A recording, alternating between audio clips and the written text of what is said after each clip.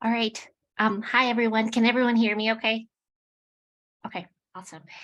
So my name is Michelle Loy and I'm the education coordinator for BloodNet, and I'd like to welcome you all to the sixth webinar of the BloodNet education webinar series. I want to thank you guys all for coming. And our topic today, we'll be talking about pediatric venous thromboembolism and give an updated appraisal of predictive risk factors, prevention and treatment.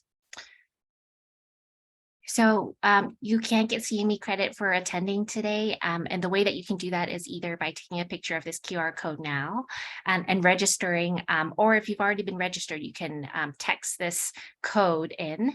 And I know that Jade Freeman is on too. And Jade, if you can put that in the chat box too and help me out, that'd be great so people can be reminded that they can get credit for being here.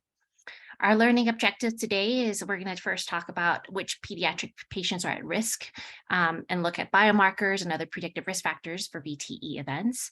The second thing is we'll ask the question, can we prevent VTE in sick patients? We'll discuss the evidence and strategies for the prevention of hospital-acquired VTEs. And then lastly, we'll talk about how do we treat pediatric VTE, how did we treat in the past and present, what kind of treatment modalities we've used in this patient population. So first, we're going to have Dr. Julie Jaffray talk, and then Dr. Vince Faustino, and then Dr. Leslie Ruffini, and we'll end up with Allison Nair moderating our Q&A. We truly have some wonderful speakers today. I just wanted to remind everyone that if you have some questions or comments, that you can leave it in the chat. And if they're like clarifying questions and short questions, then we can probably ask as the speakers are speaking. But otherwise, if there are bigger questions, then we'll leave that for the Q&A at the very end. So with that, sorry about this, I'll stop sharing. And then Julie, if you can share your slide, Dr. Jaffray. So I wanted to introduce Dr. Julie Jaffray. She is an assistant professor in the Division of Pediatric Hemonc at the University of California, San Diego. She leads the CHAT Consortium, which is a 45 institution national consortium dedicated to preventing and treating thromboses in children. So I'll hand that over to you, Dr. Jaffray. Hi, thank you. Hi, everybody. So I'm excited to talk with you guys and feel really honored to be on a webinar with Leslie and Vince, both who have been huge supports of the research that they've done, which you'll see me talk about, and my own research. They've been huge parts of it. So I get to start this off. So I'll do a little introduction of why we're all here, but pediatric venous thromboembolism, biomarkers, and risk factor prediction is what I get to talk about. And excuse me, I think my camera is not on the same screen as my talk. So sorry, I won't be looking at you guys too much. So why are we here today? Why are we going to spend the next couple of hours together, which I'm really glad, and why is it worthy of discussion? And so, you know, the big thing, the medical thing, are all the acute and chronic sequelae of VTE, which are not specific to pediatrics, but these percentages are. So we've seen about a 21% rate in VTE recurrence or progression in patients who have been diagnosed with their first VTE. And then there's also embolism, and we've seen rates of up to 16%, and that's pulmonary embolism or an embolic stroke. 2% mortality rate we've seen in patients diagnosed with a VTE, pediatric patients. And then we've seen rates of up to 26% of our patients having post-thrombotic syndrome or chronic venous insufficiency after they get a DVT. And then, of course, there's the morbidity from the treatment, the pain of injections, or the cost of the medication, or needing to get monitored and go in for visits.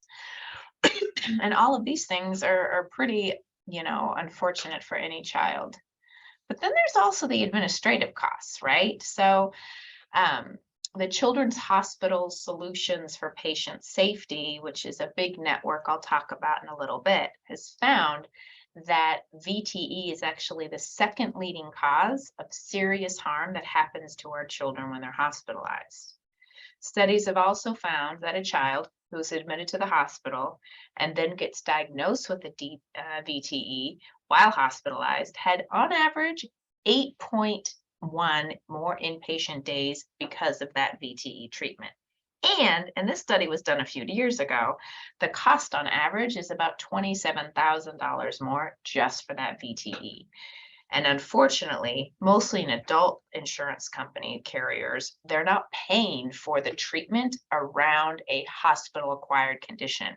And I will tell you, once that really starts happening in pediatrics and in Medicaid, our hospital administration is really going to care about VTE if they haven't already. Now, you guys may have seen this study. It's by a person you may have heard of, Leslie Ruffini and her group out at CHOP put out this study a few years ago, and certainly a graph we've talked about for years whenever I present about VTE. And so what her group found was looking through the pediatric discharge database or FIS database that the rates of hospital acquired VTE were going up in children. And it didn't matter if they were neonates or school-age children or adolescents. And they found this rate to be going up by 70% over 2001 to 2007. And then a group, Shannon Carpenter and her team out in Kansas City, also looked at the FIS database specifically for PE. And they looked at rates of PE from 2001 to 2014. And what they found in terms of hospital acquired PE rates went up by 200% during this time. Well, the cool thing is, Dr. Ruffini and her group went back recently to say, okay, maybe these rates aren't continuing to go up. Maybe we're actually doing a good job at decreasing the VTE rates. But I can tell you, all of us who were involved in pediatric VTE really didn't think that was the case. So they recently published an updated look at the FIS database on VTE rates. They took their initial VTE of going up by 70%. And as you can see, this line is certainly not plateauing or going down. And what they found when they have looked from now up to 2019 of the VTE rates are now up by 130%. So all of us who have really dedicated our careers to pediatric VTE, I think we have a lot more work to do because those rates are still going up. Now, what is the biggest risk factor for VTE in children? And that is actually being hospitalized, which is pretty different from adult patients who their incidence of not hospitalized VTE is certainly higher. But what we've seen is the incidence of a child who's home and theoretically quite healthy. The rates are about 0.14 cases per 10,000 children, versus this most recent data from Dr. Ruffini and her team have found that the incidence of hospital-acquired VTE is about 106 cases per 10,000 admission. So certainly much different. But the other risk factors, well, I'm not going to go into all of them. I just have a half an hour to talk to you. But what should you think about if this isn't your life of thinking about pediatric VTE? What patients did you consider?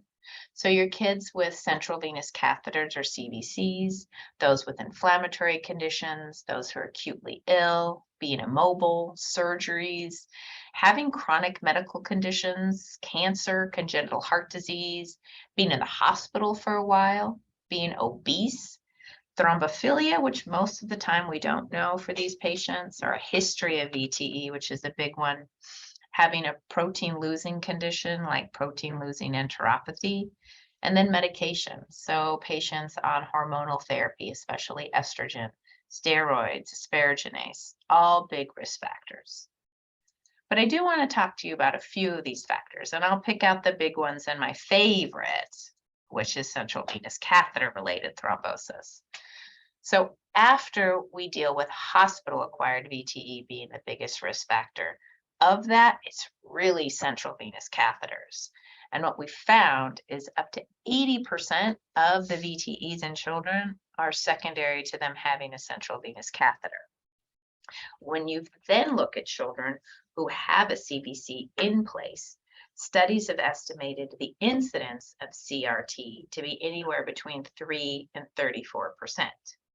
And I'm sure many of you can think, well, if I look at all of my patients with a CVC in place right now, I wouldn't think a third of them actually have a VTE. And you're probably right. these studies that have been done, some of them are targeted to particular high-risk patient populations, and other of these studies have really looked for a DVT during their study period. So have done ultrasounds or venograms, which we don't always go looking for clots in patients. So many of these high rates are really the patients who have asymptomatic DVTs. Now, the other thing that I love to show in this slide is Burko's triad. And for many of you, you might know his birthday was last month. But the problem with the CVC in itself is what it does to the patient, causing the thrombosis. So putting in the line can cause endothelial damage due to the insertion. It then causes venous stasis once that line is in that vein and taking up a lot of room, and so the blood can't flow. And then you want to think about that the patient has a CVC for some reason, right? So they're probably hypercoagulable at baseline. So have an infection, have cancer. So all of these reasons make it not terribly surprising that they end up getting a DVT. Now, this review article goes through a little bit of, okay, so my patient has a CVC. Do all of them have risk for having a VTE? And not necessarily. So the studies that have been out there have shown some high risk tendencies. So patients with peripherally inserted central catheters or PICCs, having those untunneled or non-tunneled fem lines, having multi-lumen lines, having lines that have had an infection or a malfunction, put these patients at higher risk. And then patients with cancer, especially leukemia, and patients with congenital heart disease are also at higher risk for having a CVC-related DVT. There was one study that I led with a few other hospitals. So when I was at Children's Hospital Los Angeles, I formed with CHOP, so in Philadelphia, Nationwide Children's, and Texas Children's Hospital. And we wanted to really look at the incidence of symptomatic catheter-related DVT. And we looked at just tunneled lines and PICCs. So we didn't look at your temporary femoral lines or temporary subclavian lines. We just really looked at PICCs and tunneled lines. We wanted to look at what's the incidence of DVT, and we also wanted to see what happens with CLABSI and malfunction. We had about 2,000 lines that we put into our prospective study. And what we found was the incidence of symptomatic catheter-related thrombosis is about 6%. And this is what I usually quote to my parents before placing a line. But what was really interesting is our difference between PICCs having an incidence of about 9% and tunneled lines being 3%. And so it goes into some of those past studies that is really showing that maybe PICCs are even higher risk of having a CRT or thrombosis in our children. And in our study, we found about 80% of the VTEs in our study were in subjects with PICCs. Other risk factors we found for CRT, well, patients with a history of thrombosis, multi-lumen line, having cancer, especially leukemia, having a central line associated bloodstream infection, and having a malfunction, all put our patients at even higher risk of getting a DVT. All right, cancer, next big risk factor. So cancer in itself, adult, child, has a lot of thrombotic risk in and of itself. The tumor is putting out tissue factor, it's putting out PI1, all of these things that are either activating the coagulation cascade or activating platelets to then activate and aggregate. And none of these things we particularly like, especially in the world of thrombosis. So what about your cancer-specific risk factors that studies have shown? Well, studies have shown patients who are the adolescent or young adult patient population are at an added risk of thrombosis. Those who have leukemia are at higher risk compared to those with sarcoma, compared to those with brain tumors. And then particular chemotherapies like asparaginase and steroids put them at a higher risk. CVCs, of course, patients who have had a surgery, patients who've had a central line associated bloodstream infection, and studies have also shown that patients who have cancer as well as a thrombophilia are also increased risk of having a thrombosis. Surgery, this paper has just recently come out using something called the CHAT registry, which I'll talk about in a little bit. But this group wanted to say, okay, so we know that surgery causes an increased risk of thrombosis, but we really wanted to look even further into determining, well, is it a particular type of surgery or the length of surgery? And I will tell you, even though we had 163 VTE subjects and 208 controls for this paper and this study, we didn't find exactly what we were hoping for. We weren't really able to show, okay, definitely abdominal surgery or orthopedic surgery, the ones we need to care about. But we did find a few things where you want to be, again, extra careful with your surgery patients. So those who were recently hospitalized, which I found to be a really interesting risk factor, those who were in the intensive care unit, which I know Dr. Faustino really cares about, right? Those kids we know are at really high risk. And again, those CBCs are coming back again. And I will tell you, it is really difficult to parse out who is truly at the highest risk of getting a thrombosis, because a lot of these things are going to double back on each other and be confounding. So what about biomarkers? Are there biomarkers we can do? And how great would that be to do a couple lab tests when a patient comes into the hospital and gets admitted, and we could determine their VTE risk? So what's been done for children and adults? Well, not surprising, a lot of adult studies have come out. And so I'm just going to show a couple of them. This was a big Magellan study. It was all for adults. They were actually comparing rivaroxaban to enoxaparin for efficacy for DVT prophylaxis. So not what I'm talking about in my talk. But what I did want to show is that when they looked at the D-dimer level at admission, they found that there was definitely a correlation between higher D-dimer levels at hospital admission and their VTE rates. These patients were over 40 and they were admitted due to medical reasons, and they had a lot of patients. So over 7,500 patients in their study, which I'm very jealous about.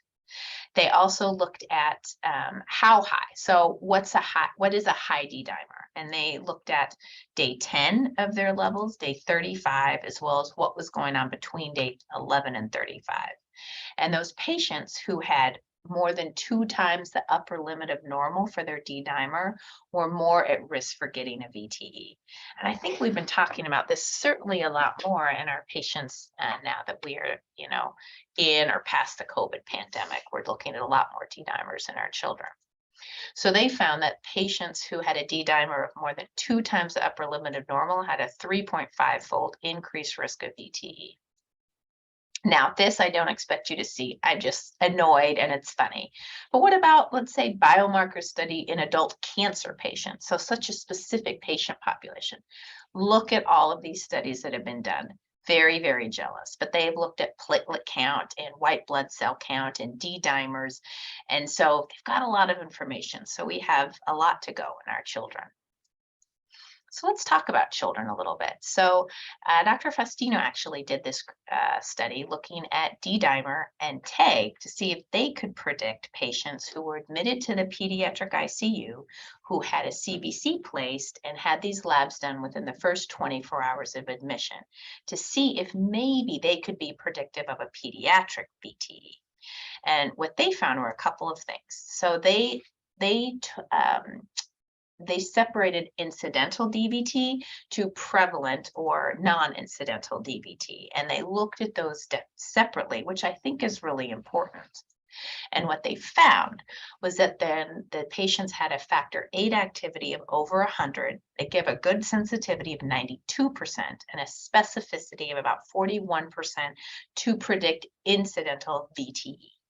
They found that the TAG, specifically the G value, when it was increased, was associated with prevalent VTE.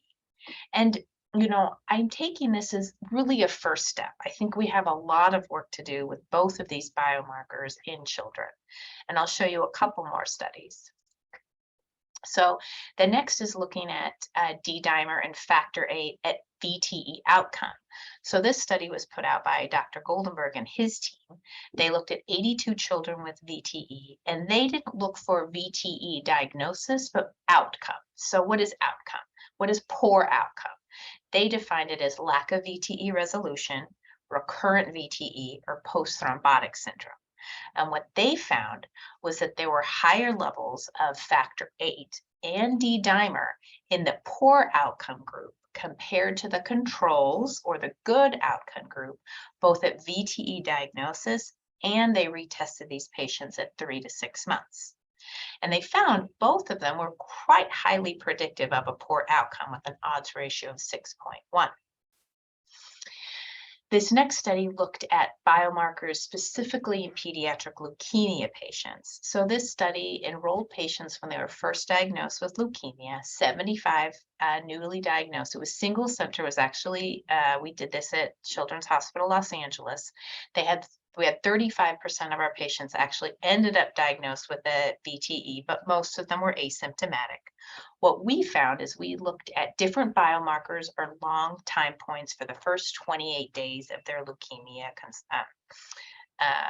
diagnosis and treatment. And what we found was that there was certainly a significant difference in D-dimer levels, in TAT complex and prothrombin fragment in the patients, which were the blue line, which ended up getting diagnosed with a VTE, versus the green line, who patients did not have a diagnosis of a VTE. And of course, D-dimer is readily available, but is a little trickier because the TAT complex and prothrombin fragment are not always available at every lab. But I think, again, this is a really cool first step at doing biomarkers.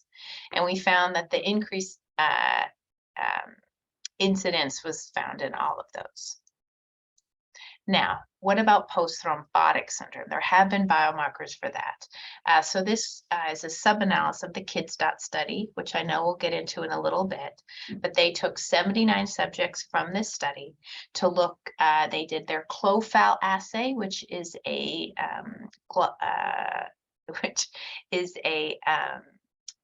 looking at thrombotic capability, fibrinolysis. It's a global coagulation assay, as well as cytokine levels. And they looked at these levels 3 months after a provoked DVT and to see if it was associated with post-thrombotic syndrome.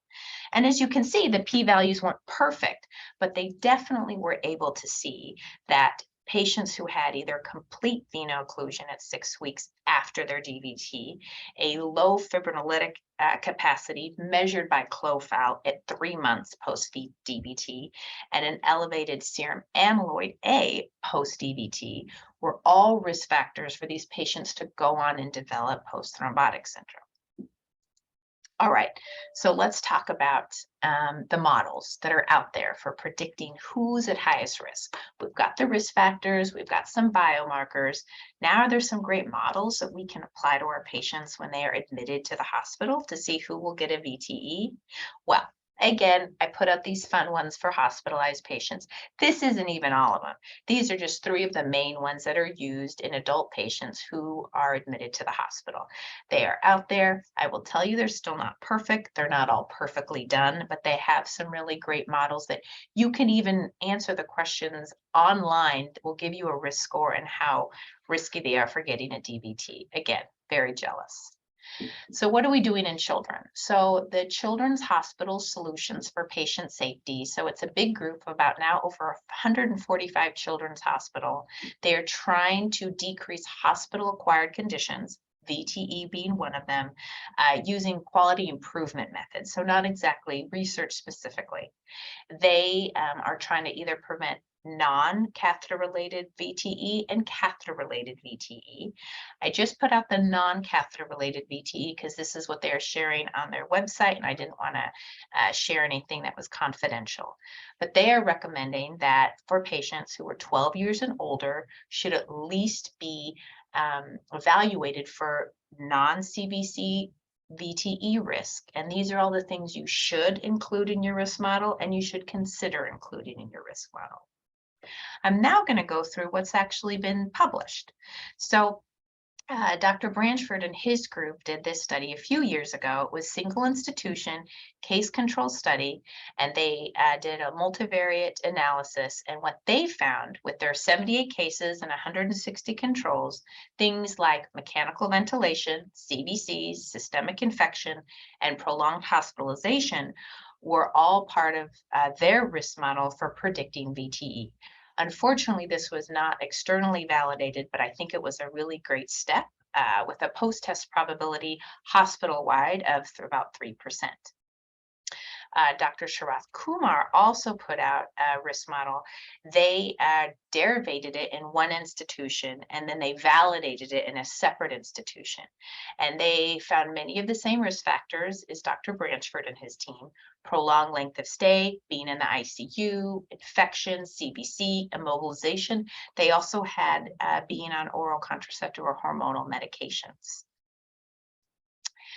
Then Dr. Atchison and his group at Johns Hopkins All Children, their group did actually two different models. They did this non-critically ill model. It was created single institution. It was not externally validated. Again, some of the same risk factors.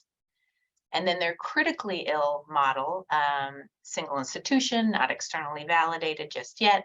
But again, infection, CBC, all of these things. And that's kind of cool, right? Like, although I wouldn't, it hasn't been done perfectly just yet, many of the same things are coming up, which I think is really helpful when you're looking at these multivariate models.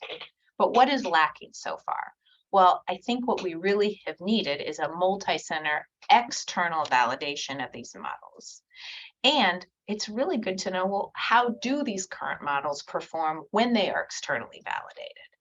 And so Dr. Mahajan, and actually through the mentoring of Dr. Faustino, decided to compare what's been done to something called CHAT. And CHAT is something that I run along with Dr. Branchford, and it is a consortium of about 47 children's hospitals around the US. We were established in 2019.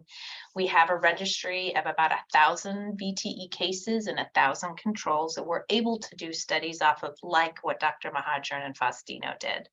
The goals of CHAT have been to create a case control study to really figure out a risk model, risk prediction for VTE, and then validate those models, and then to hopefully one day be able to figure out who should get prophylaxis and how can we actually prevent thrombosis. These are our CHAT consortium sites. I don't think it's 100% updated, but you get the picture. We're missing a few in the middle. We need to get some fronts. But back to the comparison. So they were able to they took cases and controls from the CHAT registry to then compare it to the Sharath Kumar, the Arlicker, and Atchison risk assessment models. They found that all three models had very good discrimination, as you can see here. But the problem was the calibration wasn't great when they compared them. And it didn't matter if it was in the ICU or non-ICU, none of the models really were well calibrated. And so Dr. Mahajan and Dr. Faustino thought, maybe if we have a model that is created in multiple centers, maybe that can be externally validated with both discrimination and good calibration. And so that's what we have done with our CHAT group. So we created the CHAT. This is for the whole hospital risk assessment model. I highlighted the platelet because the adults are using that as one of their biomarkers. So it'll be interesting to see how well this becomes validated. But we had about 800 cases, 700 controls, 8 children's hospitals. This was the model that we created, and we are about to start validating it in a couple of months, which is exciting. We also created an ICU specific model of just a few risk factors: mobility, being in the ICU in the hospital for a while, that CVC, inflammation, autoimmune disease, congenital heart disease were all big risk factors. We just finished a 34 center validation that was prospective. We had 4,600 subjects. I have no idea the results of that validation. I'm nervous and excited, and I can't wait to share it with you guys one day, but we're about done cleaning up the data. All right, I think I finished more or less in time. So in summary, I'm glad you guys are here. I hope you can appreciate our VT events are increasing, especially those who are hospitalized. Lots of risk factors, but the big ones that are coming up again, CVCs, cancer, surgery, immobility, prolonged hospital stay, infection.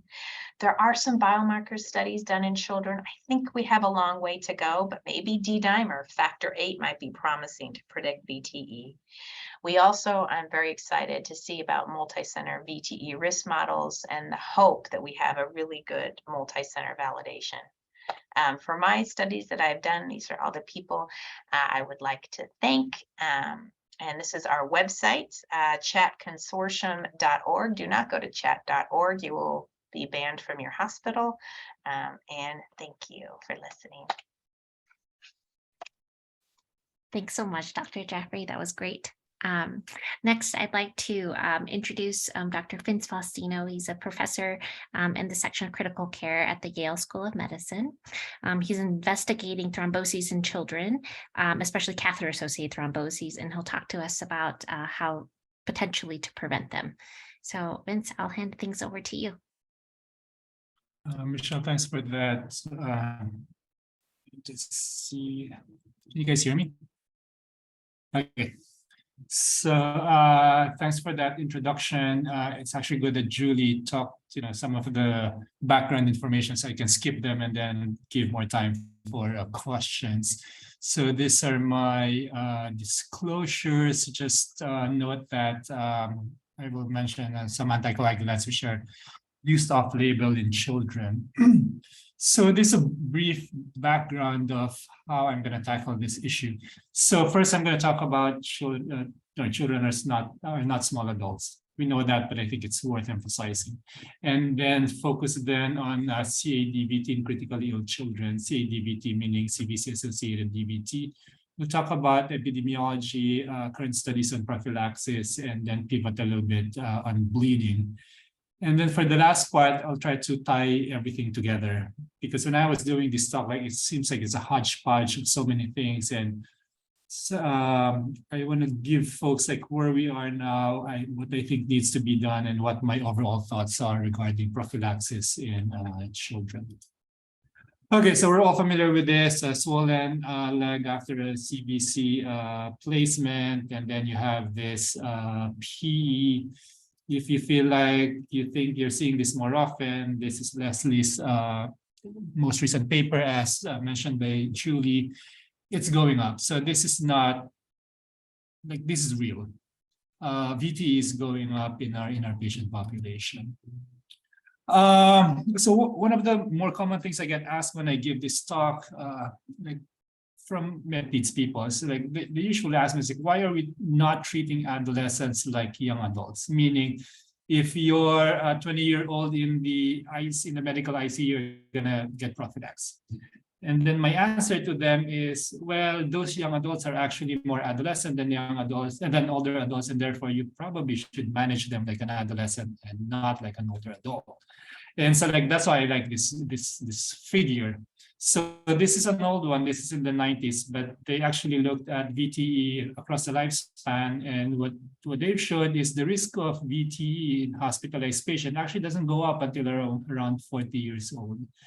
And then the risk factors, the number of risk factors also doesn't go up until about 40 years old.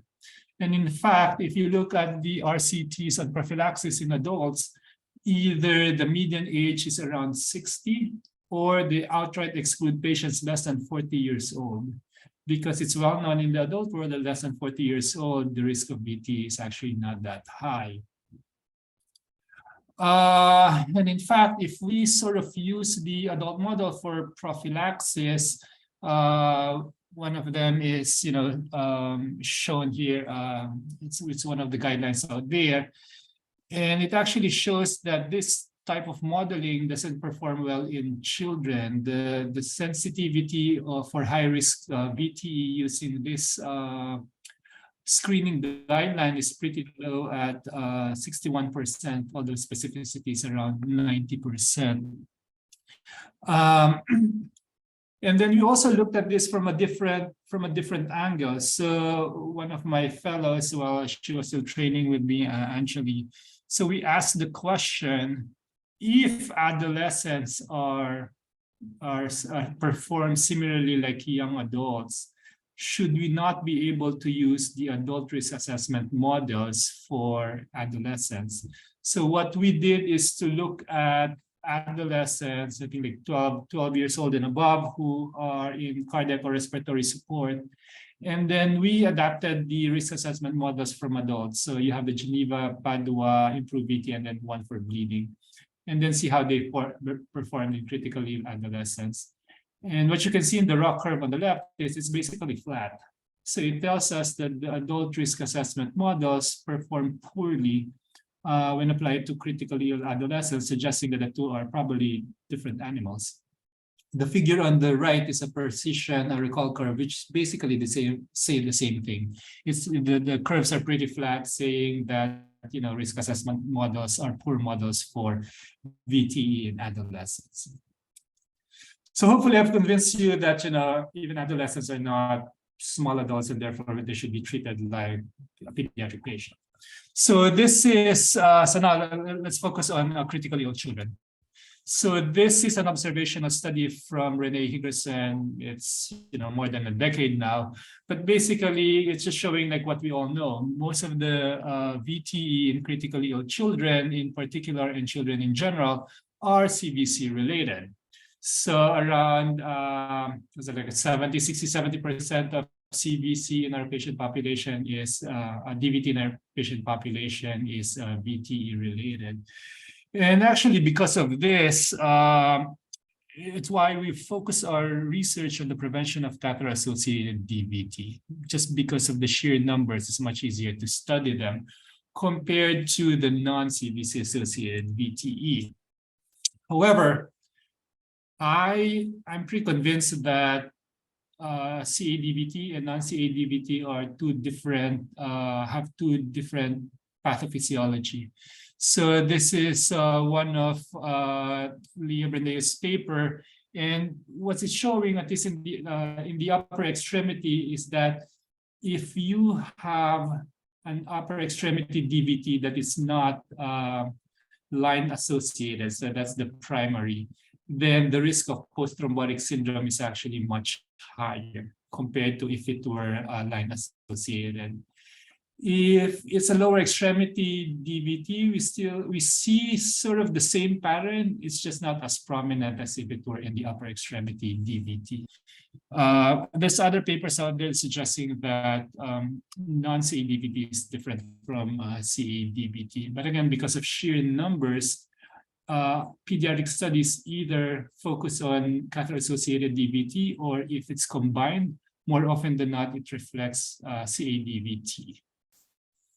So what's the risk of CADVT in children? So we did this with one of my research coordinators years ago. So we did a meta-analysis, and we looked at all studies where radiologic imaging was done for all patients with CVC. And what we've shown is, on average, the risk of CADVT is around 20%. And as Julie mentioned earlier, it can actually be higher than this. In fact, in our recent trial, it's close to 50%. So our question has, one of our questions has always been, how accurate is physical exam in detecting CADVT? And it's good that we've had a number of studies where we screened hundreds of patients. And so what we've shown is, in the figure on the left, the sensitivity of physical exam in identifying catheter-associated DVT is only around 30%. It's relatively specific at 80%, but it's really poor as a screening test. If you and the figure on the left includes CVC dysfunction as a symptom of DVT. If you exclude that, the sensitivity drops to around 15%, although the specificity went up a little bit.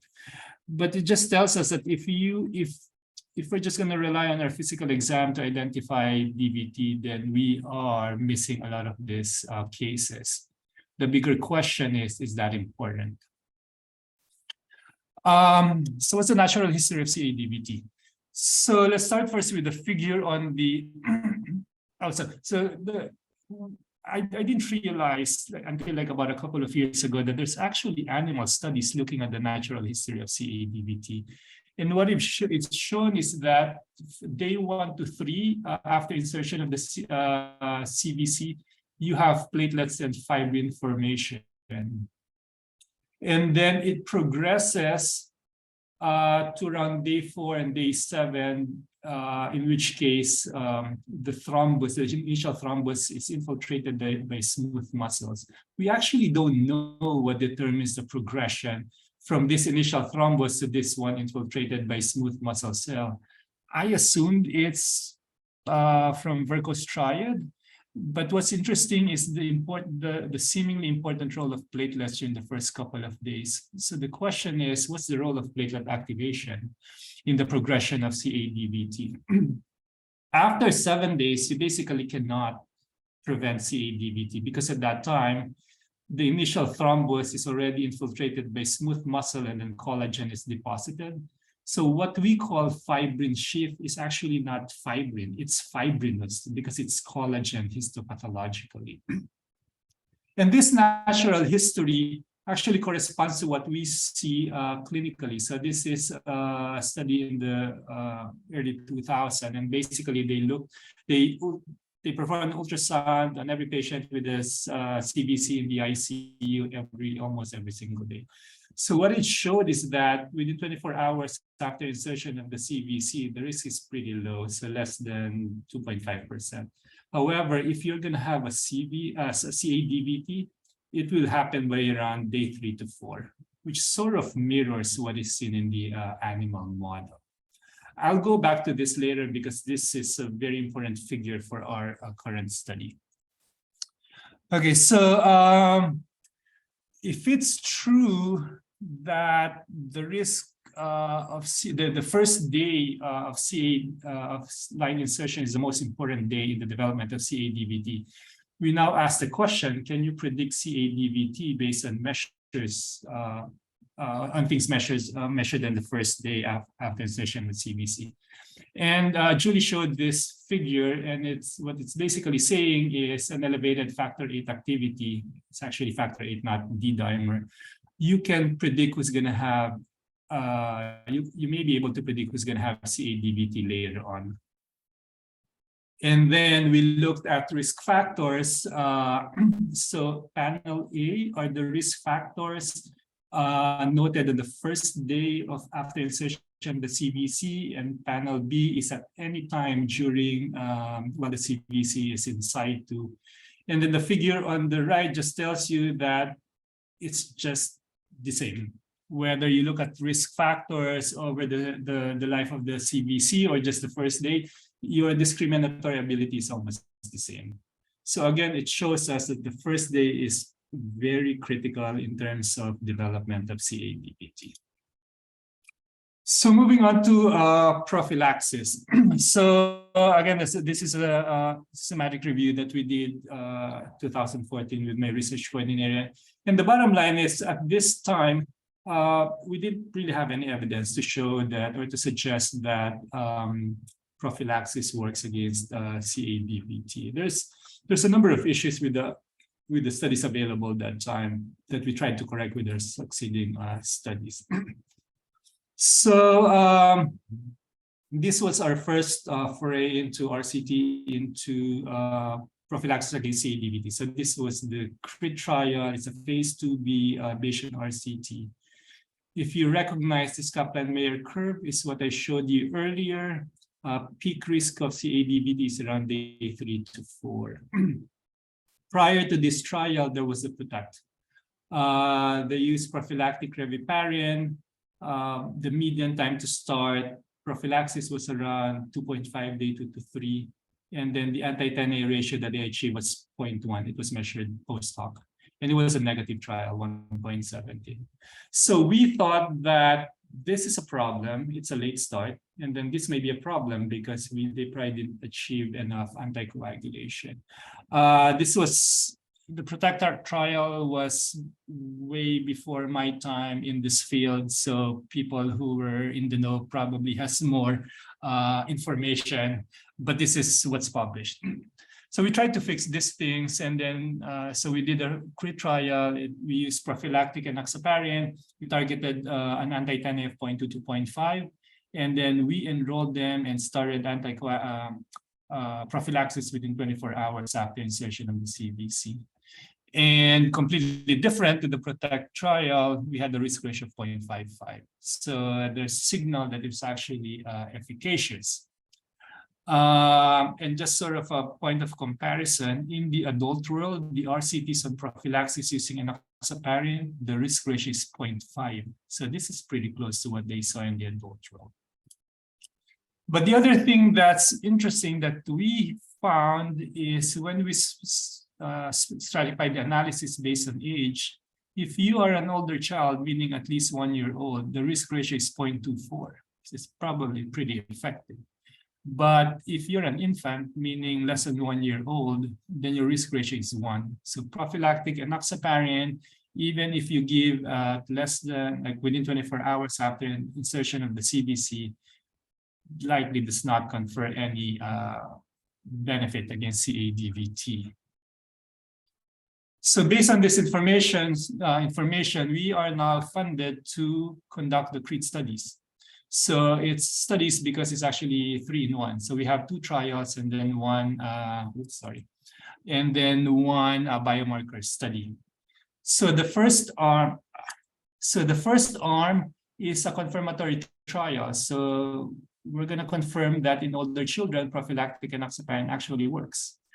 In AIM-2, it's a phase 2, and what we're going to test is whether therapeutic dosing can prevent CADVT in these infants.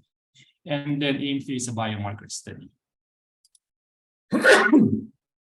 So as we were writing up the grant and in the succeeding months, a number of studies actually suggested that therapeutic enoxaparin may actually work in infants. So this is one study, 2012 at sick kids. So what they showed is for post-operative cardiac patients, therapeutic enoxaparin somehow reduces the hazard of VT, actually any thromboembolic event. So that's the red line is those without thromboprophylaxis, and then the black line is the one with thromboprophylaxis. Hazard ratio is 0.5 with a p-value of 0.25. And then more recently, Jill Choulette and her group in Rochester published this paper. So let me orient you. So THER means these were the post-operative cardiac infants who received therapeutic dosing of enoxaparin. Sub-THER are those who did not achieve therapeutic dosing or were never given therapeutic enoxaparin. So what they've shown is the rate of VTE is much lower if they're given therapeutic enoxaparin compared to those who were given therapeutic enoxaparin. And then the risk of bleeding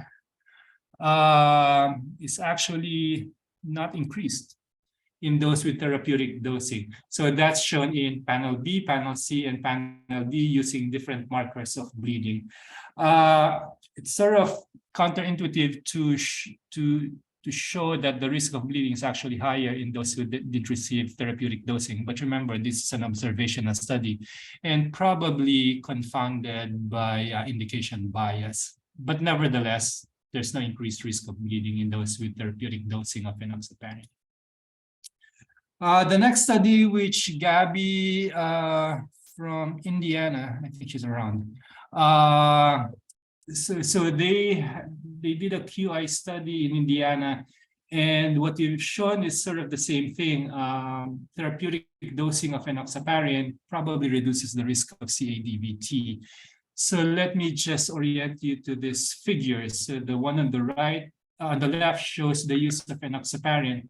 So the first epoch is before they did their QI. The second epoch is when they started doing their QI with a dose of, I believe, 0.75 milligram per kilo for infants. And then they increased the dose of enoxaparin in the third epoch. So, I mean, the figures are not perfect, the data is not perfect, but you can see that seems like the drop in the use of enoxaparin was less in the third epoch. But interestingly, as that's happening, the risk of CADVT is going down. So in epoch 1, it's going up, sort of flattening in epoch in the second epoch, and then the third epoch is probably flat.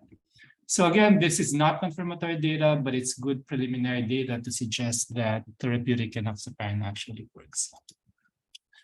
What about in trauma patients? So for the longest time, we've been interested in trying to figure out how to determine the efficacy of anticoagulation in surgical patients, right? Because they're at high risk of bleeding. So Arash, who's a chalk, and some other folks, we use the National Trauma Data Bank. And what we looked at is, so we looked at all patients who received unfractionated heparin, that's in blue, and then those who received low molecular weight heparin, which is in red. And then we looked at the risk of CADV, the risk of VTE. This is VTE in general. We looked at the risk of DVT depending on when prophylaxis was started.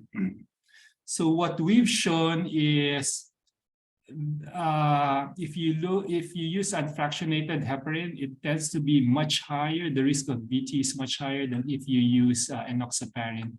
But at the same time, if you start enoxaparin more than 72 hours, it probably doesn't have any more beneficial effect.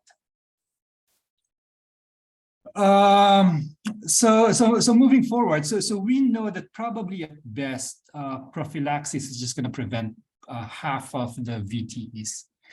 So Erin Bennett, who I believe is also here, has this database, and we asked the question, which among patients who receive prophylactic enoxaparin will still develop DVT? So basically that's failure of prophylaxis. And we've identified 4 factors. So infants, it's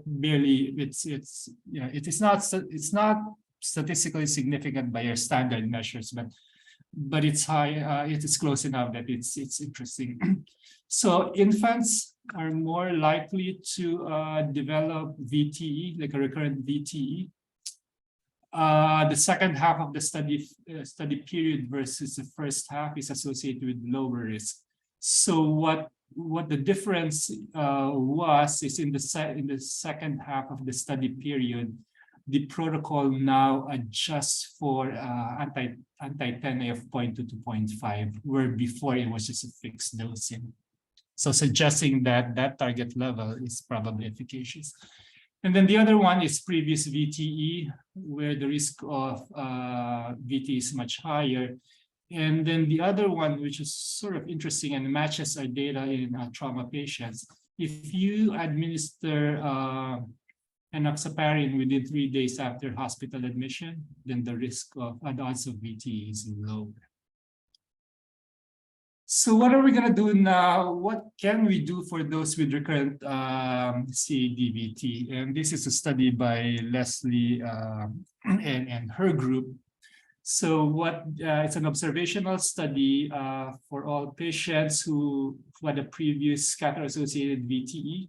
Patients were either given prophylactic dose or full dose, depending on practitioner's preference. And what they've shown is if you give full dose, then you actually achieve some reduction in recurrence of this CADVT in contrast to just prophylactic dosing. They also identified an additional CVC, TPN dependence, and congenital heart disease as risk factors for recurrent VTE. Let us pivot now to bleeding, right? So we've talked about VTE, but we know it's always a balance between the risk of VTE and the risk of bleeding. So we looked at this, I I think we looked at more than 400 patients. So to determine what the risk of bleeding is, clinically relevant bleeding in critically ill children. And so across like 4 different studies, it's around 10%. The problem is those patients who are at high risk of VTE are also those who are high risk of bleeding. That's always a conundrum that we run into. So we looked at, this is just one study, we've confirmed it in other studies, but in this one we used the VPS database. We looked at surgical adolescents, meaning all those who are post-op or those who are trauma patients. We identified the risk factors for VTE and its presence of CVC, mechanical ventilation, brain injury, or abdominal injury. Based on those risk factors, we looked at the risk of VTE. So it's anywhere from 0.2 to 6.2%. At least in adults, the cutoff is like 2%. So we said anyone higher than adjusted risk of VTE of 2 is considered high risk of VTE. So it's in this group. And then we looked at the risk of bleeding. And it turns out there was a pretty high risk of bleeding. So 10%, 4%, 8%. So that's a problem. But really what we want to know is if you get enoxaparin or another low molecular weight heparin, what's your risk of bleeding, right? So this is an old meta-analysis, but there's something more recent but says the same thing. So at prophylactic dosing, the risk of bleeding, clinically relevant bleeding with low molecular weight heparin is around 2%. The risk with therapeutic dosing is around 5%. Okay, so just remember those numbers. So how do we tie everything up together? So these are some of the questions that I've been pondering for the last decade or so with this work. And it's good that I can now probably answer some of them, although not definitively. And at the same time, I listed some of the things that I think we should be looking into. So first question, should we provide prophylaxis? Likely yes. The question is, what's the significance of asymptomatic CADVT? Should we also be as aggressive with asymptomatic as with asymptomatic as with symptomatic? Does prophylaxis work? Probably yes. So we've shown that in our phase 2 trial, we have observational studies to suggest that it also works, but we're gonna definitively prove that with the CREAT studies. So what's future studies? So we're focused on catheter-associated DVT. What about non-catheter-associated DVT? I think once we've shown that it works for catheter-associated, we also need to figure out what to do with the non-catheter-associated. So next question, who should receive prophylaxis? As I mentioned, it's a balance between the risk of DVT versus the risk of bleeding. So what you want is the absolute decrease in the risk of symptomatic CADVT is greater than the absolute increase in the risk of clinically relevant bleeding. Sorry. Now I'm just focusing on the symptomatics, right? So think of it this way. If the risk ratio of CADVT with enoxaparin is 0.5 and the risk of bleeding is 2% with prophylactic and then 5% therapeutic, then the risk of VTE should be at least 4% for this to be correct. If you're using prophylactic dosing, and it needs to be at least 10% if you're using therapeutic enoxaparin. Our problem is we don't know what the individualized risk of CADVT and bleeding are. The adults know that they have the models, we just don't have the models right now. It would be great to have this, and maybe it doesn't have to be this high or this high, right? Because now it's going to be at individualized level. What should we use for prophylaxis? I think we should use anti-TNA-directed enoxaparin over unfractionated heparin. Future studies include alternative therapies, right? Now there are DOACs. What about antiplatelets? We don't know any of those, so that needs to be studied.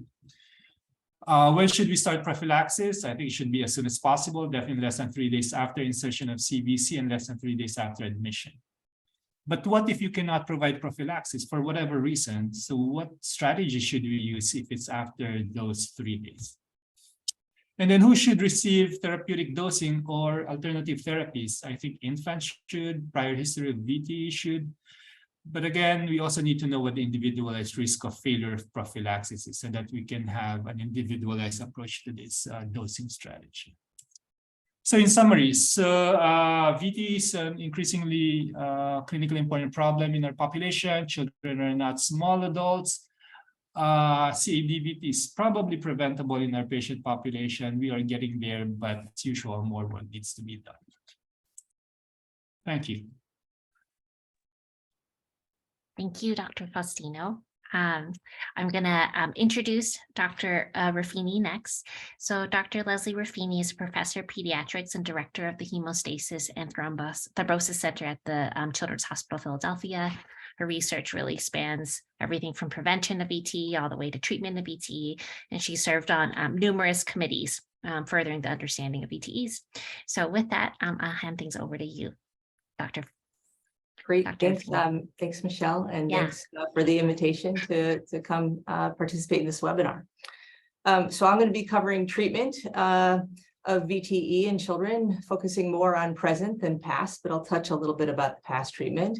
And I would just like to add that this is really an exciting time in pediatric thrombosis because we finally have several high-quality studies to help guide our management, and there are more to come. These are my disclosures. I was asked to focus on 3 topics: the use of direct oral anticoagulants in children with thrombosis, thrombolysis for VTE, and then treatment duration.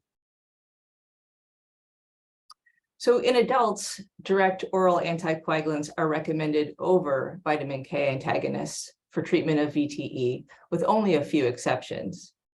Current pediatric guidelines were developed prior to the completion of the phase 3 clinical trials of DOACs and do not include DOACs as treatment options. I'm excited to say that ASH has just recently agreed to support a revision of the pediatric treatment guidelines that should begin next year. In clinical practice, however, DOACs are increasingly used to treat pediatric thrombosis based on pretty robust clinical trial data. This figure demonstrates the targets of the direct oral anticoagulants. You can see that apixaban, rivaroxaban, edoxaban, betrixaban are all 10A inhibitors, while dabigatran is a direct thrombin inhibitor.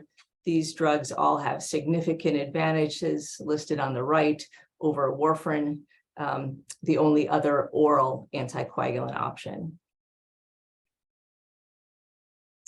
This table shows some of the characteristics of the DOACs. For those of you who sometimes can't remember which drugs are which, if it has an X and an A in it, it's a 10A inhibitor, and dabigatran TR is a thrombin inhibitor. The half-lives of the drugs vary somewhat, and we're learning more about these drugs in children. The pediatric dosing of rivaroxaban varies from 1 to 3 times per day based on size. So the half-life also varies quite a bit based on the patient's weight. The renal excretion also varies quite a bit amongst drugs. So dabigatran is most reliant upon the kidneys for excretion. Apixaban is the least reliant on the kidneys. So there are currently 2 DOACs approved for the treatment of acute VTE in pediatrics, rivaroxaban and dabigatran. In both clinical trials, the DOACs were started only after a minimum of 5 days of a parenteral agent, unfractionated heparin or low molecular weight heparin. They were approved a little over a year ago. Rivaroxaban is approved for patients from birth on up. Dabigatran is approved only for children over the age of 3 months. There is currently a commercially available oral suspension of rivaroxaban, and there are oral pellets of dabigatran that can be mixed with can be crushed for younger patients, but they're not commercially available, as far as I'm aware. So this is Einstein Jr. This is the phase 3 randomized clinical trial of rivaroxaban for the treatment of pediatric VTE for 500 children with acute thrombosis that were randomized in a 2-to-1 fashion. You can see the age distribution here. What's relevant is the high proportion of adolescents and relatively low proportion of children less than 2 years. Majority of patients were treated for 3 months, although patients less than 2 years were eligible for a shorter duration of treatment. The outcomes in both groups were quite good, with low rates of recurrent thrombosis and low rates of major or clinically relevant non-major bleeding. 4 of the 5 bleeding events in the trial were non-major, with only 1 major bleeding event in the standard of care group. And again, rivaroxaban was only started after a lead-in of parenteral therapy. This is the dosing table for rivaroxaban. You can see that for every kilo of weight, up to 12 kilos, the dose is increased. And again, these kids are on a TID regimen, so it's important to keep track of the weight changes in this group. You know, if you have a patient who's 7.8 kilos when they start at 1.8 TID, but when they get to 8 kilos, the dose goes up 25%. So you really have to have a plan to carefully monitor these patients if you're sending them home on this regimen. Patients who are between 12 and 30 kilos can be treated with 5 milligrams twice a day. And then 30 to 50 kilos can go to the once a day reduced dose, and then greater than 50 kilos is the same as the adult regimen. About 25% of patients in the Einstein Jr. trial had catheter-related thrombosis. So that's an underrepresentation of what we see in clinical practice, where 70 to 80% of our thrombotic events are catheter-related. But here's a sub-analysis of those patients. Of the 126 patients with catheter-related clots, there were no recurrent events, good thrombus resolution, and no major bleeds in either group. Similarly, a sub-analysis of a relatively high proportion of patients with sinovenous thrombosis in the cohort. Nearly 20% of the patients had sinovenous thrombosis. Again, very low rates of recurrent thrombosis or bleeding. So it was nice that we have pretty good data to suggest that this is a good option for patients with sinovenous thrombosis. Diversity was the acronym for the phase 2b/3 clinical trial of dabigatran for acute VTE in pediatrics. Here, 267 children were randomized 2-to-1 to a 3-month treatment course. Again, most of the patients were in the older cohort. Again, a fairly underrepresentation of catheter-related thrombosis. Here, the median duration of parenteral therapy was nearly 2 weeks before they were started on the study drug. Again, pretty low rates of recurrent thrombosis in both groups, low rates of bleeding in both groups. And in this study, dabigatran was non-inferior using a composite outcome. Dabigatran is a bit tricky for dosing. This is the dosing table for patients less than 2 years. And the dose is based on age and weight and formulation. So this is dosing based on the pellets that are not yet available. And this is dosing based on the capsules for older patients. The dose is different depending on if you're getting capsules or pellets. So, and then the other sort of nuanced thing about dabigatran is that for patients less than 18 years of old who are 81 kilos or greater, their dose is 260 milligrams twice daily. This is in comparison to the adult FDA-approved dose of 150 milligrams twice daily, and that's because of the increased renal clearance in younger patients. So just a much more nuanced and much more complicated dosing schema than enoxaparin, for example. Okay, so Coming soon will be phase 3 trials, completed trials of apixaban and edoxaban, and we're anxiously awaiting additional data and additional options. The next few slides are sort of so I think these phase 3 trials are super encouraging. The rates of recurrent thrombosis and bleeding were very low, but I think we have to take a step back and say, does this really reflect what the types of patients that we see in clinical practice? There are very strict inclusion criteria. There are very few infants and patients with central venous catheters in the trials. And for sure, patients who are more ill were not enrolled. So these next slides are sort of pragmatic considerations for initiating DOACs. Again, greater than 5 days of parenteral therapy. So I think it is reasonable to consider adult dosing regimens for stable patients who are greater than 50 kilos. So using the adult dosing regimens. Is the patient stable? So the questions these days is, can we put every patient with a clot on a DOAC? And so you sort of have to step back and go through all these. We're no longer using this in our ICU, and that may change over time, but that was based on the fact that about a year ago, we had a teenager who was on a DOAC, who was in the ICU, who had a scan, who then needed an emergent procedure, and she had just gotten her DOAC, and we didn't really have a clear, well thought out plan for what to do in the situation. Certainly I'll talk about the reversal agents, but they're extremely expensive and do have some additional risks. And I think, quite honestly, if a patient needs ICU care, they probably are not stable enough for a DOAC. The DOACs require good oral intake for absorption. And we don't have a lot of data around procedures. So right now we're not using them in our ICU. That may change as we get more experience with these. Our current practice is to transition patients to a DOAC at or shortly before discharge if they've had the 5 days of a parenteral agent.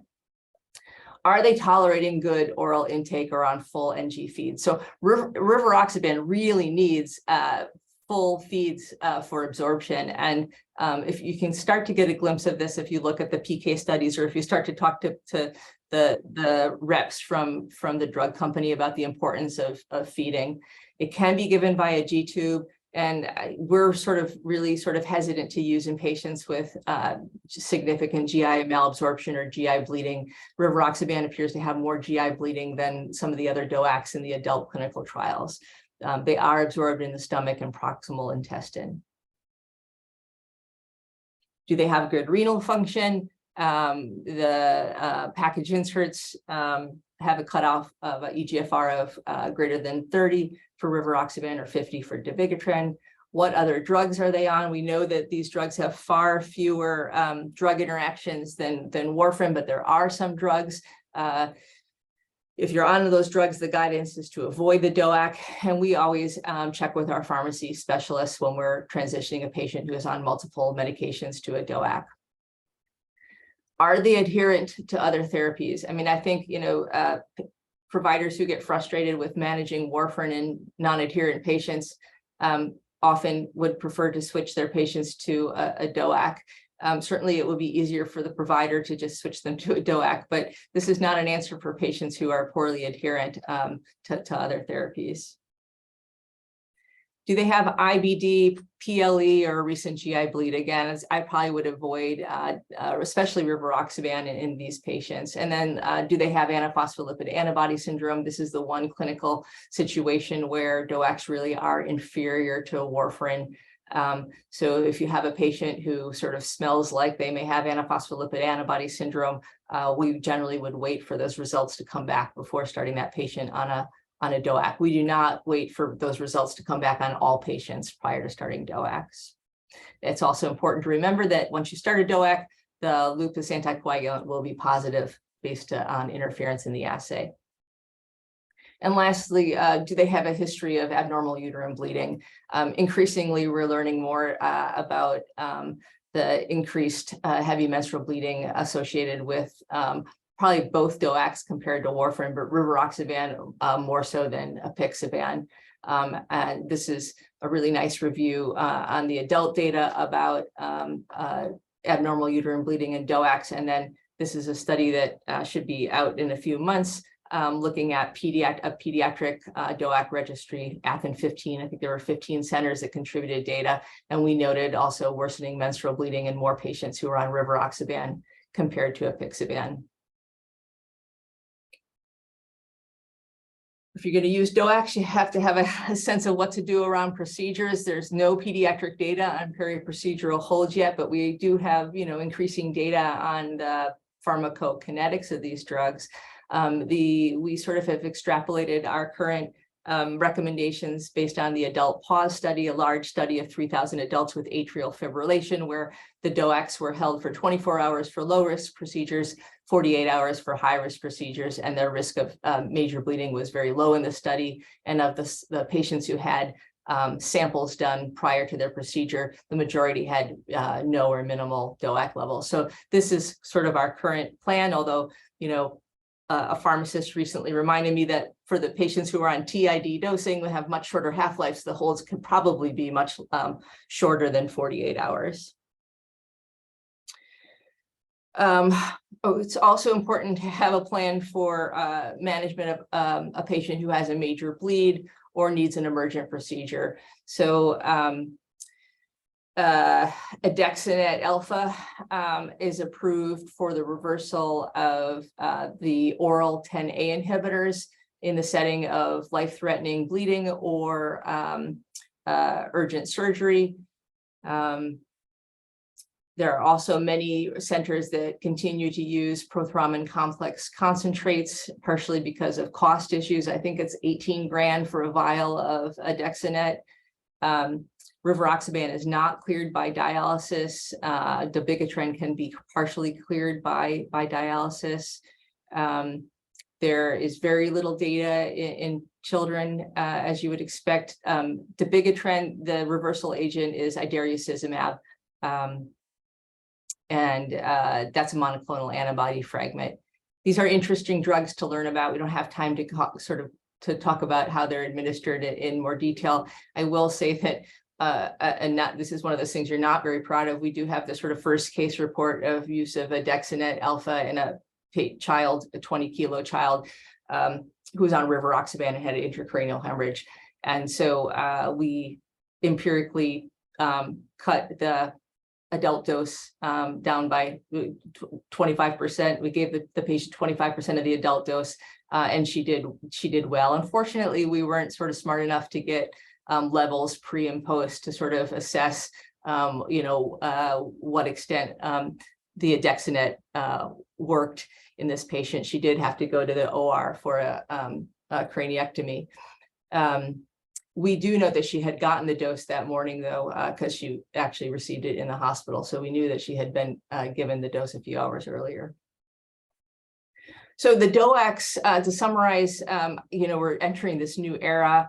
I think with thoughtful use, they have tremendous advantages over standard of care. We're all learning as we gain experience using these drugs more frequently.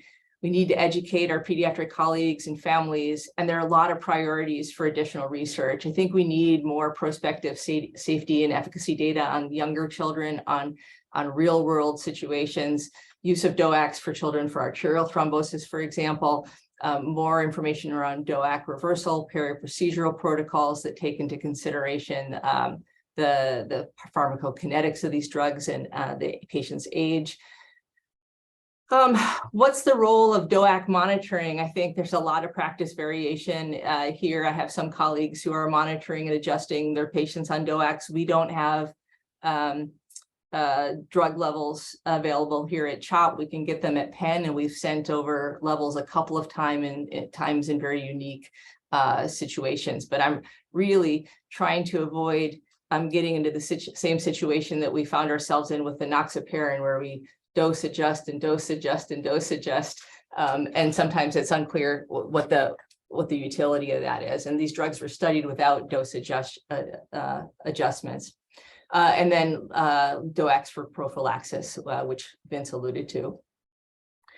All right, next I'm going to move on to a discussion of thrombolysis for pediatric VTE. This, of course, is a picture of a vampire bat who has plasminogen activator in its saliva, so the blood doesn't clot while it's being sucked. Thrombolysis is indicated for life or limb-threatening thrombosis, and I've listed sort of the common situations where that may occur here. And then the data is less conclusive, but I think these things come up more frequently are possible indications. And these, I think, are venous thrombotic events that may result in long-term sequelae.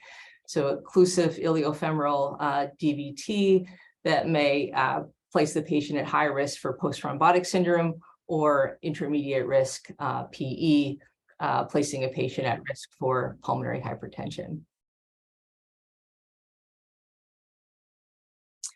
So, as we often do, let's look at the adult guidelines. And this is the ASH adult guidelines, and they say that for patients with proximal iliofemoral DVT, they suggest anticoagulation over thrombolytic. But in the remarks, they say thrombolysis is reasonable to consider for select younger patients at low risk of bleeding with symptomatic iliofemoral vein thrombosis who are at higher risk for post-thrombotic syndrome. Similarly, for patients with submassive PE, they suggest anticoagulation over thrombolysis, but then say that thrombolysis is reasonable to consider for patients with submassive PE and low risk for bleeding. So we see a lot of these select younger, otherwise healthy patients who come into our ER or get transferred to our ER with pretty extensive clot burden. So there are several different approaches to thrombolysis. There's systemic thrombolysis, where which is intravenous administration of TPA, generally distant from the site of thrombosis, and then there's these endovascular approaches. So there is infusion-only catheter-directed thrombolysis, which is just a catheter with TPA running through it, often embedded in the clot. There's mechanical thrombolysis or thrombectomy, which generally refers to a procedure that has no TPA. And then there's pharmacomechanical thrombolysis, which is TPA in a fancy device. And this is a picture of a plumber here on the right. I mean, they have new devices every time I go down to the IR suite. But examples of these devices include the angiojet and the ECOS. And this is a slide from one of my interventional radiology colleagues here at CHOP, Anne-Marie Cahill, where you can see this is the pulse spray catheter on the top left, embedded in the clot, spraying out TPA. On the bottom is the angiojet, which squirts out high pressure normal saline, but also can instill TPA. On the right is a little sort of rotor, and then on the top is this trellis, which has balloons, which are blown up on both sides of the clot, and then TPA is instilled between the balloon for a period of time. So I think this is sort of an interesting evolving area in peds thrombosis. There have been increasing reports in the last couple of years on the use of catheter-based approaches for the treatment of intermediate and high-risk pediatric PE. These are two single-center case series published in 2019, 2020 from Emory and Nationwide. And then more recent is a really nice review that was published in Chest, authors from two large centers, Boston Children's and Toronto Sick Kids, with sort of an algorithm, a treatment algorithm for patients with PE. And I've sort of highlighted in boxes management for intermediate risk here in yellow, which calls for sort of a multidisciplinary team to assess these patients and consider the options, which could include catheter-based thrombolysis, anticoagulation alone, or systemic thrombolysis. And then for high-risk PE, surgical embolectomy versus thrombolysis. So as highlighted in that figure, I think making the decision to proceed with thrombolysis for iliofemoral DVT or intermediate risk PE is really multidisciplinary, and it usually involves hematology, the intensive care unit, and interventional radiology or cardiology. I think patient selection and close monitoring by providers who have experience in these cases is essential for good outcomes. This is really important to assess the bleeding risk, to estimate the risk-benefit ratio for any single patient, and this usually falls to the hematologist. Things to consider are, have they had any recent or do they have any active bleeding? If they do, they will bleed with TPA. Have they had recent procedures? Have they had a hypoxic hit? I always loath to use thrombolytics in newborns. What do their labs look like? Do they have any evidence of coagulopathy that may increase their bleeding risk? Neonates have low levels of plasminogen and often benefit from fresh frozen plasma, though there's not a lot of high quality evidence to support this approach. Most guidelines do recommend this for neonates getting TPA. Then the use of adjuvant anticoagulation, there's a lot of variation in this approach. It probably does increase the risk of bleeding, but it's also probably important, particularly if you're using mechanical thrombolysis and you're causing clot disruption. Many of those patients will rethrombosis quickly if they're not receiving anticoagulation. I think the decision on how to guide the drug and the dose of the adjuvant is patient dependent, depending on the bleeding risks. Many pediatric guidelines recommend sort of low dose unfractionated heparin. If you look at the PE Rapid Response Team Consortium data, they did a retrospective study of patients in their database and demonstrated that of patients with intermediate risk PE who got unfractionated heparin, the vast majority were not therapeutic in the first 48 hours. So they're having a lot of discussions about we should be treating all these patients with low molecular weight heparin up front, whether or not they need procedures, because we really need to get them anticoagulated. So we've done many procedures on therapeutic low molecular weight heparin and it doesn't appear to have higher bleeding risks. But again, the patient selection here is key. Lots of different dosing regimens about TPA reflecting the lack of data. For systemic infusions, there's sort of low dose, intermediate dose, and high dose regimens. For bolus dosings, there's sort of the 2 adult high standard dose, PE dose, and then the Moffitt dose, the lower dosing, and then from the chest paper that I showed you, sort of a pediatric arrest bolus dosing regimen. Again, it's really hard to know which of these are winners because of the lack of high quality data. If you have a patient who's getting TPA, you want to make sure you avoid invasive procedures. If you put a hole in anything when a patient's on TPA, they will bleed. I've seen really extensive soft tissue arm bleeds from venipuncture attempts. Lab monitoring, there's no therapeutic range, but we generally monitor for a fibrinolytic effect. We like to see an increase in the D dimers and a drop in the fibrinogen. We also monitor for safety, so making sure that the hemoglobin's not dropping, the platelet count is in a stable range. For a patient who is on a prolonged systemic infusion, we recommend that they be monitored every 6 to 12 hours. And then it's really important to monitor the patient clinically. Obviously, you want to continue the TPA for a shorter period of time. And so if the perfusion improves, you should try to limit the duration of TPA. And then if bleeding occurs, obviously stop the TPA, stop the anticoagulation.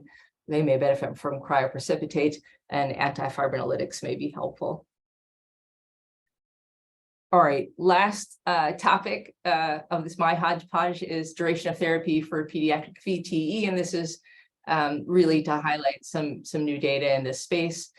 The 2018 ASH guidelines recommended that for patients with provoked symptomatic thrombosis, that they receive anticoagulation for a period of up to 3 months. Consider longer if the provoking factor remains, and then for patients with unprovoked thrombosis, anticoagulation for 6 to 12 months, recognizing that there's very low certainty of the evidence in these effects to make these recommendations. Until recently, so we've never really had a pediatric study on duration of therapy. So earlier this year, the KidsDot trial was published. This trial was designed to compare 6 weeks versus 3 months of anticoagulation for children with provoked VTE. This was really a Herculean effort, investigator-initiated study that was led by Neil Goldenberg over many, many years from start to finish. It was an international study with 42 sites. In order to be eligible for randomization, patients with provoked thrombosis had an ultrasound at 6 weeks that had to demonstrate non-occlusive thrombosis, and they also had to have negative antiphospholipid antibody testing. Patients were excluded if they had a prior thrombosis. Initially, patients with cancer were excluded. They were later included in the study, but there were very few that ultimately made it into the trial. And then patients with these other underlying prothrombotic conditions were excluded from KIDS-DOT. So this is how patients sort of moved through the trial. You know, there were 2,400 patients that were assessed for eligibility. I think it's important to note that 1,900 were excluded because they didn't meet eligibility criteria. So it's a little disappointing because it means that the majority of patients with provoked thrombosis may not have been eligible for KIDS-DOT. So 71% weren't eligible. Nonetheless, 417 patients were randomized. They had a total of 154 patients who were included in the per protocol analysis that received 6 weeks of therapy, and 143 patients that received 3 months of therapy. This is just a table to demonstrate that the groups, both groups were fairly well balanced. The mean age was 8. Majority of patients were sort of in childhood. And then you can see the types of clots that were treated on the trial. Again, pretty well balanced, pretty well representative, although 40% of patients in this trial had catheter-related thrombosis. Again, as we heard earlier, more like 70 to 80% of patients we see with thrombosis have catheters. And again, a very small proportion of patients in this trial had cancer. A very small proportion had a pulmonary embolism, although they were included in the trial. This is the primary results. Again, this is the per protocol analysis on the top, the all randomized patients on the bottom. In patients who were treated with 6 weeks of anticoagulation, the 1-year risk of recurrence was 0.66 compared to 0.7 for the 3-month treatment course, balanced by the bleeding risk, which was, again, quite low, 0.65 per year compared to 0.7. So the primary analysis of this trial looked at the net clinical benefit, which was measured by the absolute difference between the 1-year risk of recurrent thrombosis and clinical bleeding, and concluded that among patients less than 21 years with provoked thrombosis who met inclusion-exclusion criteria, anticoagulation therapy for 6 weeks is non-inferior. So really an amazing effort. And I congratulate Neil and all of the sites that participated in this amazing trial. So to summarize my talk, I think the mainstay of acute pediatric VTE treatment is still heparin. Low molecular heparin, I think, is preferred in most cases over unfractionated heparin. Stable older patients, I think, can be treated acutely with DOACs off-label using the adult dosing regimens. I think we need more evidence in this sort of a pharmacomechanical thrombolysis field, and which approaches may be best for our high-risk patients. I think we'll get some data from the PERT consortium. There are several pediatric sites, ours included, that are joining this and contributing data on pediatric patients with intermediate and high-risk PE. And then I think we can also start to get at this with multi-center prospective longitudinal studies. Tremendous recent advantages in VTE treatment options with the DOACs, and also treatment duration regimens from KIDS-DOT trial. And this is sort of just cut from the other slide. A lot of new things that we have yet to learn in the DOAC space, but really an exciting space to be in. And with that, I'll stop sharing and be excited to take any questions. Thanks for that talk. You guys, I think these talks are really, really great today. And I just wanted to say that we will be including this recording on the BloodNet research site for any of you guys who would like to share this information, these talks with other colleagues. That leads us into our Q&A. I wanted to introduce our moderator here. So Dr. Alison Nair is an assistant clinical professor of pediatrics at UCSF, and she conducts research based on focus on endothelial and hemostatic dysfunction, and she'll be moderating this Q&A with us. Thanks, Alison. Thanks, Michelle. And thanks so much to all these speakers. These talks were just really wonderful, and it was just so wonderful to learn from all your expertise. So thanks so much. So we'll open it up to questions. Feel free to raise your hand, put questions in the chat. I thought maybe it looks like Dr. Newton had a question that I think Vince sort of typed into the chat, but I thought maybe we could expand upon this a little bit. So the question was, has there been any experience with mechanical prophylaxis methods instead of a pharmacologic approach, especially for adolescent patients? And I think sort of from my experience, that's often something that we sort of just automatically do in our unit. So I was curious, Vince or others, if you could maybe expand upon what the research is in that area. Yeah, so you're correct. Like a lot of us, let me take a step back. I think because of the uncertainty of what pharmacologic prophylaxis will do for a patient population, so people sort of hedge and then use mechanical prophylaxis. The question is whether that's even helpful or not. In the, I hate to do this, but I'm gonna go to the adult ICU patients. The question in the adult world is whether adjunct mechanical prophylaxis adds any benefit. At least the large ICU trial suggested that there's no benefit if the patient is in the ICU. However, I believe in stroke patients, they've shown some benefits.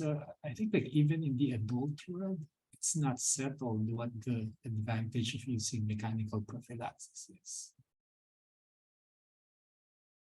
Yeah, there's been, again, just in adults, unfortunately, not great, no randomized controlled trial in children's, but, you know, I think the bottom line is, you know, sequential compression devices can be helpful to prevent VTE, but if you mix it with anticoagulation, then it does well. So is there a little added benefit? Possibly, but then the question is, well, a lot of our kids' thromboses are due to central venous catheters. And so if you're squeezing their leg, are you going to prevent an upper extremity catheter-related thrombosis? I mean, it's not going to hurt, except if I've heard they're very annoying. I don't think it's where we're going to get the bang for our buck.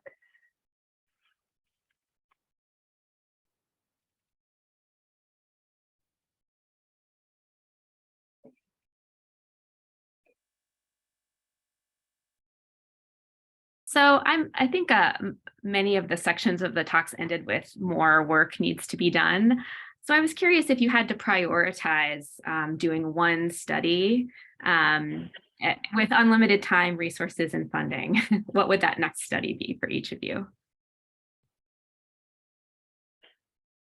Vince is like my study, the creep.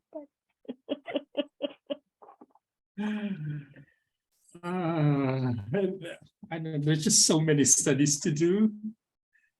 I would love to do an RCT of the same size as what they do in critically ill adults, regardless of what the intervention is. Yeah. I mean, I think I'm working on seeing if we could really identify who's at high risk for prophylaxis, while Vince is simultaneously, you know, picking a couple things like ICU, central venous catheter, right? And, you know, my own, in trying to prevent VT, my only worry is, you know, do we need a few more things besides just ICU and CVC to be the highest risk to show that difference? I don't know. So I'm kind of glad we're working at the same time, right? Because if, you know, the CREAT trial is maybe not showing as much of a difference as we would like or benefit with prophylaxis, but the chat ICU validation might come up with, you know, one other thing to look at. you know, I think that would be really I mean, we like, and Leslie's showing that the rates are going up by 130%. So I think trying to prevent thrombosis is really what we need to figure out at the time. I think a lot of the DOAC stuff can be done sort of using well-designed prospective, observational studies to try to learn more about specific populations, that I alluded to. I don't think, maybe a randomized trial, although I doubt it, for arterial thrombosis, probably more likely an observational study, because there's a lot of indication creep, right? Why not treat a patient with a catheter related arterial thrombosis who's going home with a DOAC? Yeah. But so starting to get more data on those patients and outcomes, I think that will probably help move the needle a little bit. You guys are ICU docs. I'm interested to hear if you're using these in the ICU and what your thoughts are about that. And I mean, they have short half-life, so maybe they would be okay for some patients, but I don't think adults use these in the ICU. And right now we're really trying to restrict use. No, so one of Leslie would know, one of the common comments when we submit grants is like, well, why are you not doing DOACs? So like, I actually had to look into it, and lo and behold, even the adult ICUs are not using DOACs. I think Leslie, you're right. I mean, we just need to be comfortable with it. Maybe in a number of years, we'll be moving towards DOAC for prophylaxis. Again, from a regulatory point of view, just doing enoxaparin, like we had to go through hoops with the FDA. Like, I don't want to go through that without any evidence from the adults. So it's going to take some time. Yeah, I agree. I think that we definitely don't use DOACs in our ICU. It sounds like it's similar to you guys, but it's sometimes even a struggle to start enoxaparin on children just because of the lack of hardcore RCTs, which we're going to figure out more about. But I think that there's a bit more resistance. We have a couple questions coming in the chat. So the first one is, any thoughts about the role of follow-up imaging for treatment of DVT or PE? Yeah, the imaging question. We didn't participate in KidsDot here, but I guess they didn't do imaging after 6 weeks. You had to have non-occlusive. I think the utility of imaging after the clot is non-occlusive is probably debatable. The adults certainly do not chase repeat ultrasounds. And so I think that there's probably not a lot to be gained in those follow-up ultrasounds unless, you have a prospective observational cohort and you're trying to correlate outcomes and you're following your patients longitudinally, in which case having that information can be helpful. So I don't know that it matters. Boy, was it Julie, you put up Marisol's post-thrombotic syndrome data, and I don't think I've looked at that paper carefully, but that would be something to look at to see if the 6-week ultrasound findings were in any way predictive of the patients who had PTS. I think the rates were pretty low because they were all non-occlusive clots. The results is talking about if it was still occlusive at 3 months. I can't recall if they looked exactly at 6 weeks and being predictive. I agree with what you're saying, Leslie. I mean, in a way, I think it's important, but I agree that it's really only important if someone's looking at the outcome. Working with interventional radiologists, I think they would say something that they'd like us to look at more is the really long, what's happening with these kids that need multiple lines that are stenosing their veins off. And, that's something that I haven't really got into, but really interested in, who are those patients we actually do have to be worried about the longer term consequences of stenosing their veins because of a thrombosis. So Julie, there's a couple questions for us about estrogen OCPs in obese females. is obesity enough of a risk factor to result in not using OCPs? I mean, I'm assuming this means you're just obese and you've never had a clot. Yeah, And I'd rather them be on an OCP than pregnant. That would be my benefit risk ratio. yeah, I haven't looked at this data exactly recently, but the absolute risk, even in the setting of obesity, is probably still pretty low. For example, the absolute risk if you have factor V Leiden is 1 in 500 per year with OCPs. So it's not as if everybody who has factor V Leiden and OCPs gets a clot, but the risk is much higher than not having factor V Leiden. So I suspect the same is the case for obesity. And I think they're similar to factor V Leiden. We would not recommend thromboprophylaxis for patients who had not had thrombosis before. Yeah, so this obesity thing always like boggles me because like, so that's one of the reasons why we looked at that critically adolescent cohort and see whether are we going to see the same risk factors as in adults, because again, like, why are we not managing them like adults? But obesity never showed up in our analysis, and when we actually look at the adult risk assessment models, I think there's only one that included obesity. But somehow all of us remember an obese who had the DVT. That's why we're like, why are we not doing it? But in my mind, the data is not strong enough. It's like, I think like every time we have an event, like someone tells me, like, why are we not prophylaxing every obese child? And I say, like, well, the data doesn't support it. Yeah, I mean, the ones that we were looking at it when I was in Los Angeles was newly diagnosed leukemia patient on induction chemotherapy who was obese, right? So bam, bam, bam, bam. Okay. Yeah. But I think we're all trying to start with, not anticoagulating everybody, right? Not anticoagulating every leukemia patient on induction chemotherapy, which we found out may not be specific enough, high risk enough. Because it's hard, like in general, our pediatric hospitalized population, you're probably looking at 1 to 2%, like symptomatic VT.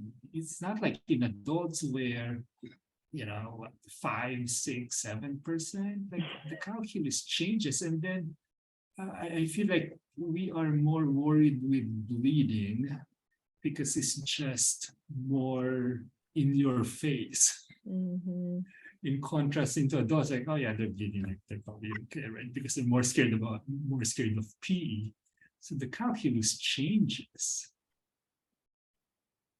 So kind of related to that, I had wondered with the increasing rates of VTE, what the reason for that is, because one of the things I actually thought about with those graphs is maybe it was related to obesity and sort of more patients coming in with obesity, but I'm curious to know what that's related to. So based on the way we did the study, we can't answer that question, but based on our experience, it's a combination of critically ill, patients in the hospital with more catheters, et cetera, but also healthy adolescents who are coming in the door. So it's really both. We're seeing it on both ends. We're seeing more unprovoked clots and more provoked clots. So, vaping, smoking, playing video games for, gamers. I mean, we see a little bit of all those types of things, obesity, estrogen, but it's a sort of a global increase, at least certainly at our institution. That's what we see.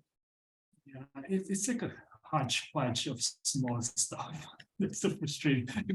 You cannot just, like, if you just give me something that significantly increases, then we have a target.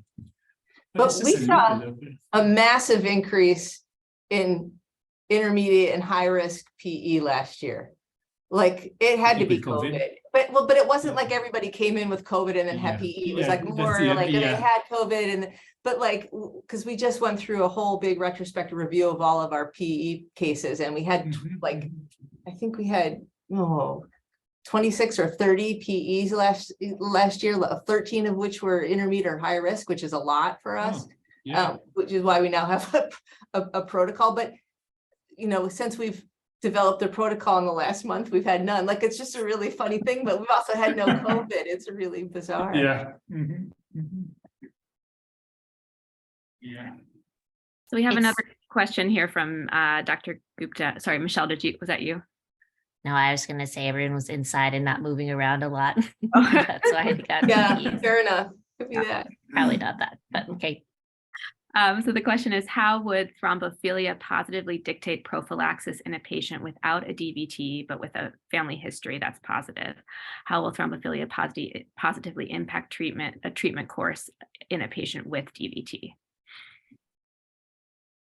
I mean, I think, you know, looking at those risk models that have been done, it unfortunately hasn't come up, but I only think that's because we don't know, you know, we're not testing everybody. So it is hard to say exactly if you are going to risk assess someone who is coming in because, I don't know, they have osteomyelitis and they're getting admitted, and for some reason, you know, that they have factor V Leiden and their father had a DVT. I don't think you can know exactly for sure what exactly that risk is for the person, but I think all of us who have seen these patients outpatient would say, okay, I know you have, you know, factor V Leiden, prothrombin gene mutation, your father had a clot, and now you've got an infection and you're hospitalized and you're going to get a CBC and you might not be moving so much. All of that, I think we can put together and say, yeah, you should probably be on prophylaxis, but I can't give you an actual absolute risk because there's so few, you know, Dr. Mahajan tried to look at the chat database for that same question, but most people who are coming into the hospital have never had any of this testing. So it's really hard to answer. Yeah, we make those decisions on an individual basis based on all the other risk factors, and age is a big one for us in that if it's a 3-year-old who's coming in and has V Leiden, you know, probably not such a big deal. Maybe if there's a catheter, but if it's a teenager having an orthopedic procedure, they're going to be immobilized and they have V Leiden, and that's usually enough to cause us to add prophylaxis.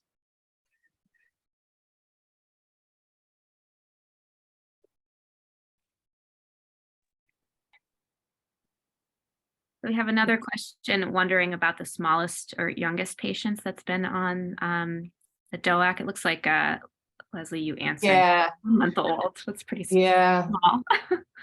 Yeah. There's a patient with congenital nephrotic syndrome whose sibling had died of a sign of venous thrombosis and needed to be on a DOAC and had very, very low antithrombin levels, right? So we went to rivaroxaban. I think we also sent one from our cardiac ICU around that age. Yeah. Our hematologist had the guts. It's our first patient in that. Yeah, it takes, again, some coordination. There's a specific syringe that was marketed for this. It's not any syringe. So you have to, there's a bunch of hoops to jump through. And so you need to have a team that can kind of make sure the patient can get the drug, that it's going to be covered and all that kind of stuff. And then the weight issues. So, you know, we're really careful about sending kids back to other centers on this drug because, you know, we don't feel that they're equipped to follow these patients. Yeah, I think we all try to avoid it in our NICU patients, right? Because they're certainly complicated, and I don't like not being able to monitor the levels. And then another question, what about, is there data using fondaparinux in pediatric VTE treatment and prophylaxis? There is data for fondaparinux treatment. In fact, I think it's FDA approved for pediatric VTE based on Guy Young's study. So it's a once-a-day drug. It's hard to pull up into a pediatric formulation that doesn't come in a multi-dose. It's hard to get the multi-dose vial, so it's not so easy as enoxaparin to give to smaller people, which is one of the reasons that we really don't use it here. But it's definitely an option. It has a much longer half-life, so you have to stop the drug for 4 to 5 days if you need to do a procedure, which always, you know, worries us a little bit. I think nothing on the prophylaxis side, probably because of its long half-life. And I can say, being where Guy Young was, that was actually we used that 90% of the time. We barely use Lovenox.